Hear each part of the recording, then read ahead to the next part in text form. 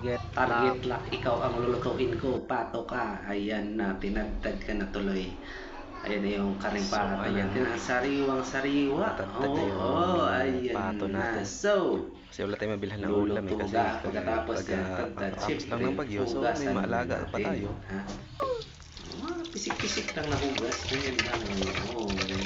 Ganyan. Pagkatapos, ayan na, pakuluan na natin sa pressure cooker. Lambutin muna natin. Ayan, buksan para lumambot.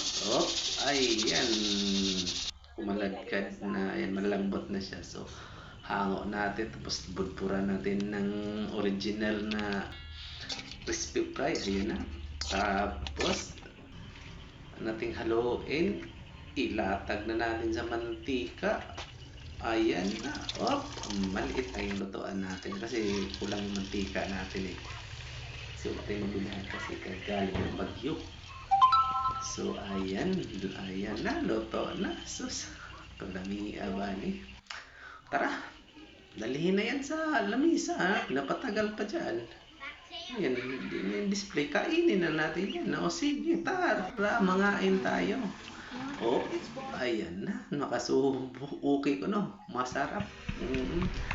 Tinaktakan ko ng jupran. Hanggang sa subo ako. Sige, jupran na ito. Anong lasa? Sige, saw-saw. Saw-saw, subuan ng kanin. Siyempre, para mabusog. Thumbs up. Baka dyan, hindi ka naganda. Ayan naman si Syra. Ayan naman ang aking asawa. Ayan naman ang aking bunso. Makasubo. Kit-kit dong sa para mabuhi.